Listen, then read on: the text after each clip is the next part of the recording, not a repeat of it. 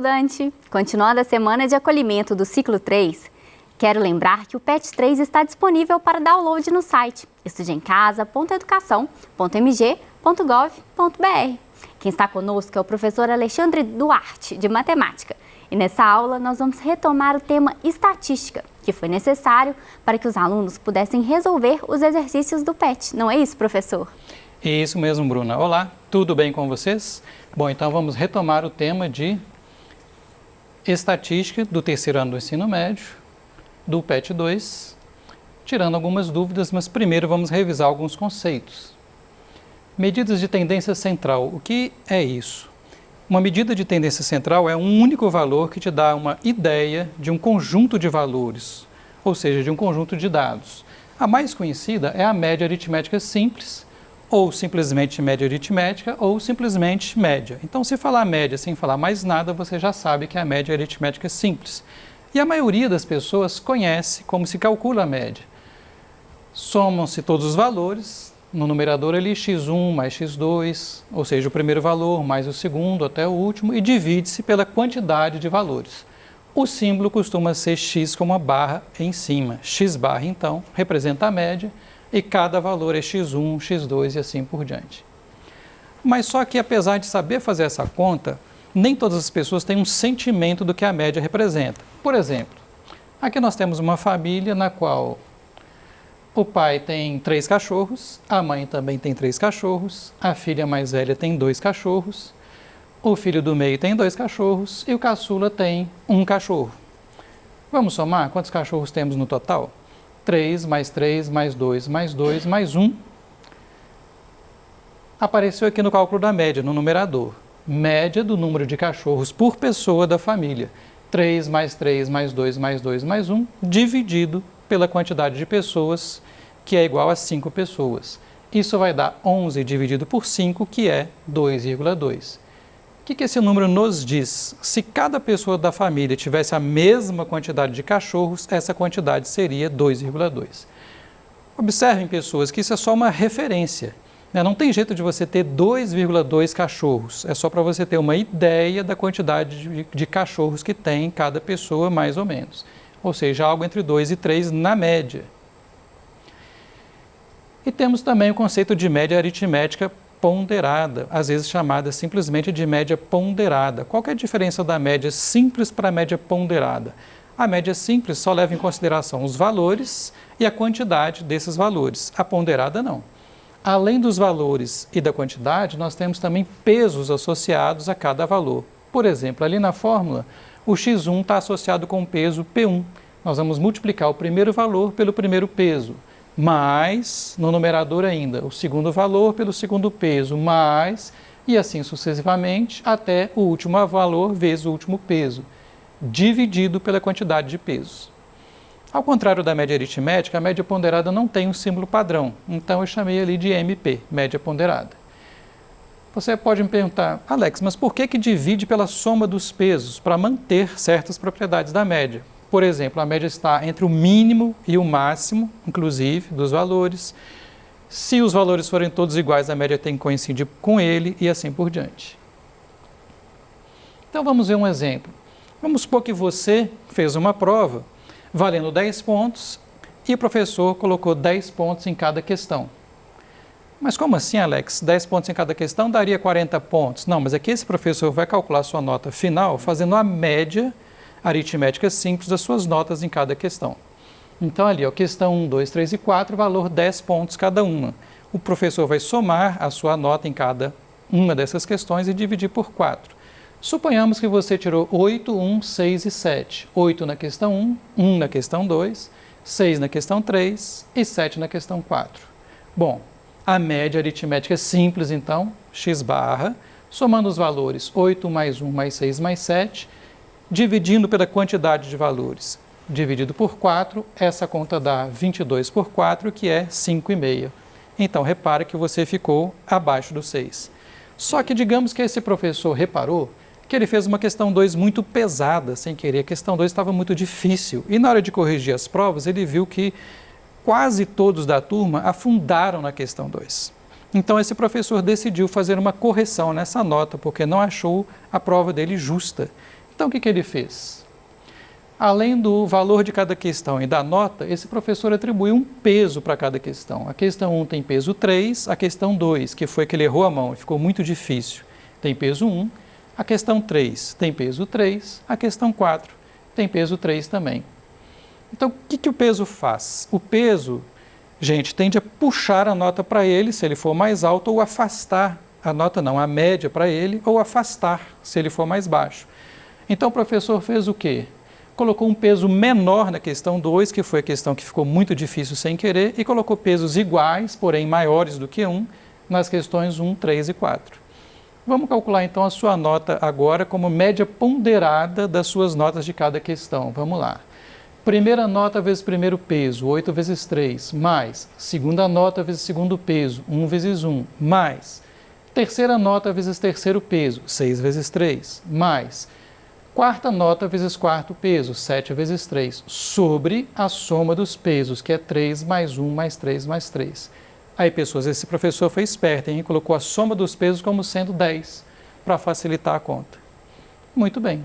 Então, ficou 8 vezes 3, 24, mais 1 vezes 1 dá 1, mais 6 vezes 3 dá 18, mais 7 vezes 3 dá 21, tudo sobre 10. Este numerador somando dá 64 sobre 10. Dividir por 10 é só chegar a vírgula uma casa para a esquerda, a sua nova média agora foi 6,4. Então, repara, sua média anterior tinha sido abaixo de 6, e agora com essa correção feita pelo professor, para ter uma nota mais justa, foi acima de 6. Ok?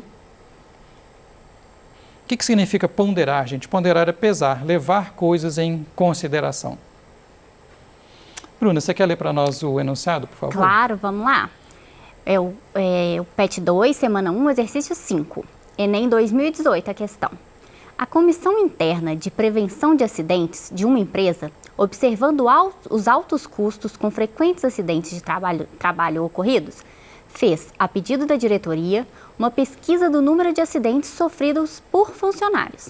Essa pesquisa, realizada com uma amostra de 100 funcionários, norteará as noções da empresa na política de segurança no trabalho. Os resultados obtidos estão no quadro. Só uma pausa, repare, gente, o dado numérico são 100 funcionários. Então, obrigado, Bruna. Nós temos aqui a quantidade de acidentes sofridos e o correspondente número de trabalhadores, interpretando 50 trabalhadores, ou seja, metade, né, dos 100, sofreram 0 acidente cada um, não sofreram acidente. 17 trabalhadores sofreram 1 acidente cada um, 15 sofreram 2 acidentes cada um, 10 trabalhadores sofreram 3 acidentes cada um, 6 sofreram 4 acidentes cada um e, finalmente, 2 trabalhadores sofreram 5 acidentes cada um. Bom, se a gente quiser conferir, somando aqui esses números, 50 mais 17 mais 15 mais 10 mais 6 mais 2, total 100 trabalhadores, conforme esperado. A pergunta: a média do número de acidentes por funcionário na amostra que a CIPA apresentará à diretoria da empresa é alternativas 0,15, 0,30, 0,50, 1,11, 2,22. Pessoas falou média. O que é média? Você está lá no Enem ou fazendo o PET 2, você vai lembrar. Não falou mais nada, só pode ser média aritmética simples.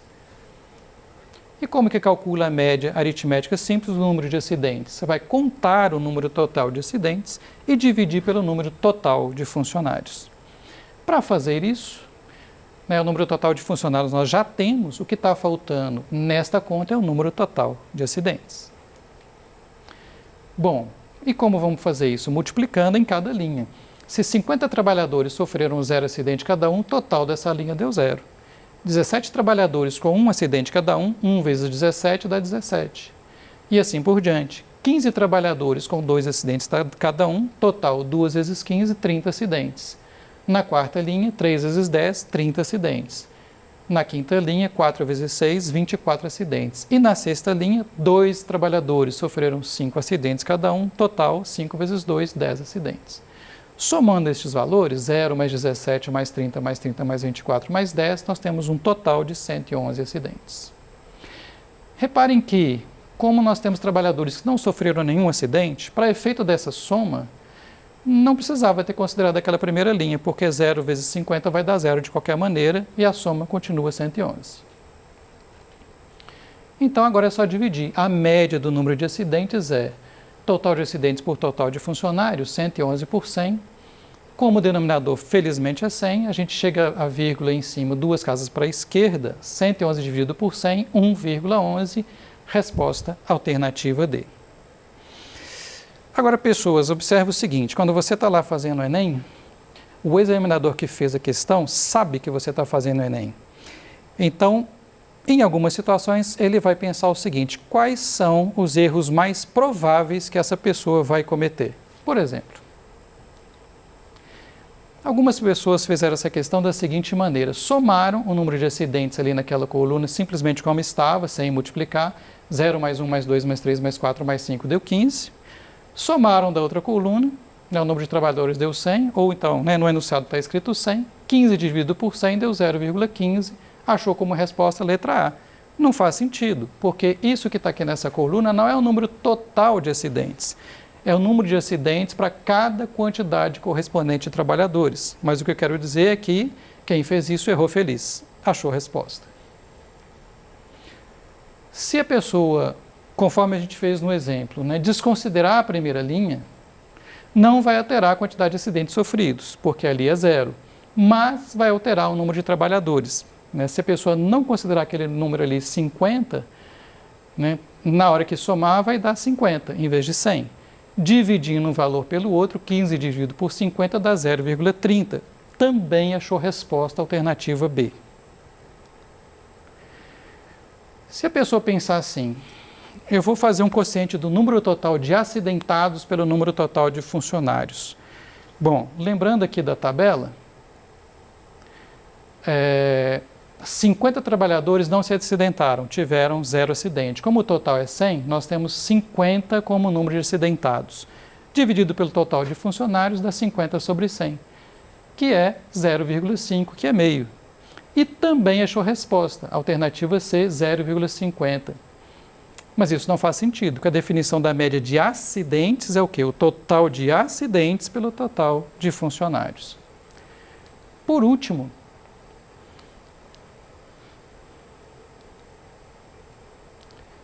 o que acontece?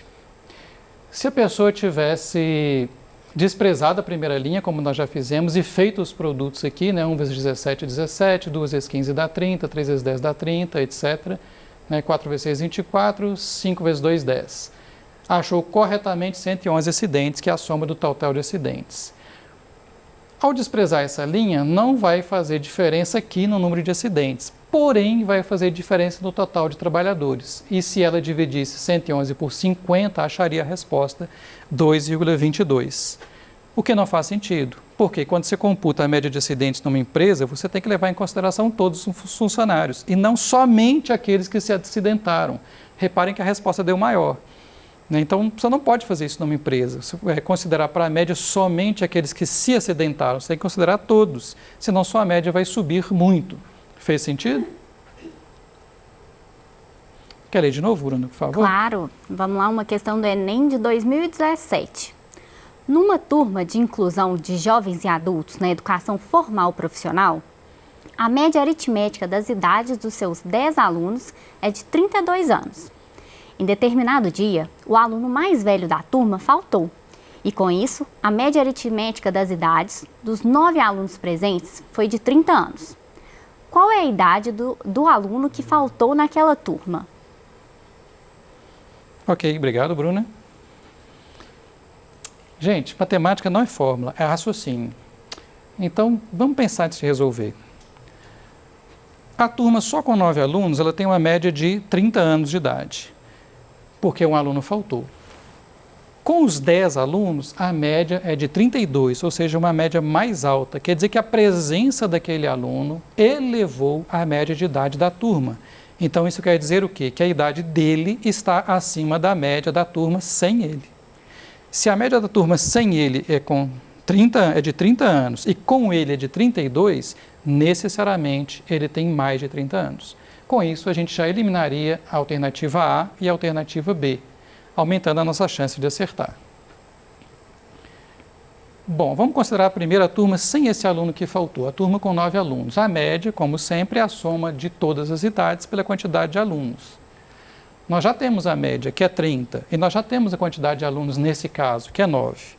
Então, aqui nós podemos calcular a soma das 9 idades. Como? A gente pode passar esse 9 multiplicando na igualdade, e a soma das idades, então, é 9 vezes 30, que é igual a 270. Então, pessoas, isso não quer dizer que esses 9 alunos têm 30 anos. Alguns podem ter mais, outros podem ter menos, mas para efeito da média, é como se cada um deles tivesse 30 anos. Lembra lá da questão que eu comentei do cachorro? Não quer dizer que cada pessoa da casa tem 2,2 cachorros, até porque não tem jeito de alguém ter 2 cachorros, 2. Mas se todos tivessem a mesma quantidade de cachorros, essa quantidade seria 2,2. E nesta turma, se todos os 9 alunos tivessem 30 anos, aliás, tivessem a mesma idade, essa idade seria 30 anos. Ou seja, para efeito de média, a idade de cada aluno, cada um dos 9 alunos, pode ser considerada como 30. Bom, agora a turma com 10 alunos.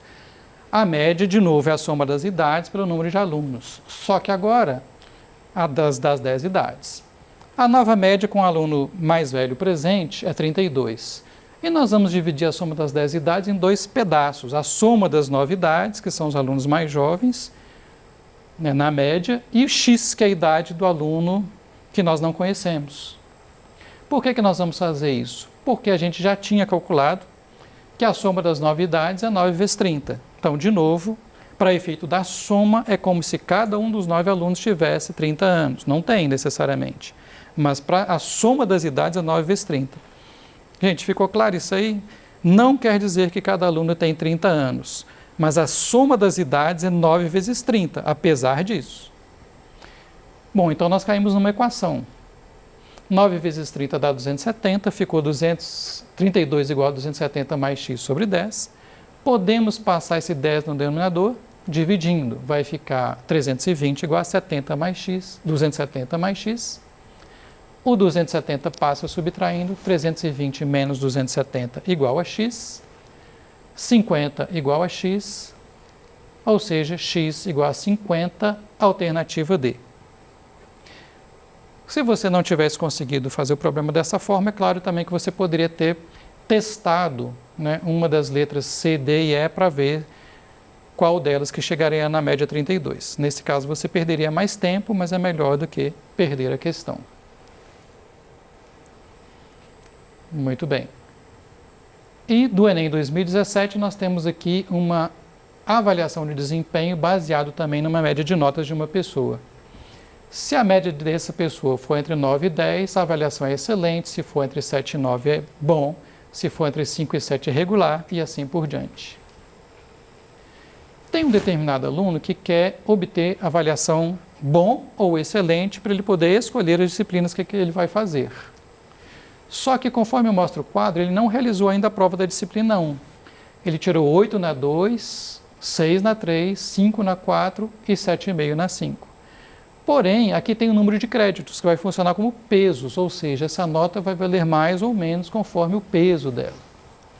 E a pergunta é a nota mínima que ele deve conseguir na disciplina 1. O que nós vamos fazer então? Como nós temos pesos, repara na frase. A avaliação é a média ponderada das notas pelos números de créditos. Se você tem uma grandeza ponderada por outra, essa outra grandeza são os pesos. Então, valores são ponderados por pesos. Então, quer dizer que as notas fazem o papel dos valores e o número de créditos faz o papel dos pesos. Calculamos aqui a média ponderada pela fórmula, né? Cada valor vezes o seu peso, dividimos pela quantidade de pesos. Então, nós fizemos x1 vezes 12, mais 8 vezes 4 e assim por diante. O que vai acontecer? Como o x1 é desconhecido, nós não vamos chegar num valor, vamos chegar numa expressão. Essa expressão é 12x1 mais 195 sobre 42. Mas e agora, o que nós fazemos com essa expressão? Bom, como ele quer um desempenho bom ou excelente, a média dele tem que estar na faixa de 9 a 10 ou de 7 a 9. Ou seja, a média dele tem que ser maior ou igual a 7. Então, nós temos que pegar aquela expressão que nós encontramos e resolver na equação maior ou igual a 7. O 42 passa multiplicando, o 195 passa subtraindo, fazemos a conta, o 12 passa dividindo, 8,25 é a resposta. é a menor nota que ele tem que obter para conseguir ter um desempenho considerado bom ou excelente. Na internet, então, nós temos mais soluções disponibilizadas para vocês. Muito obrigado!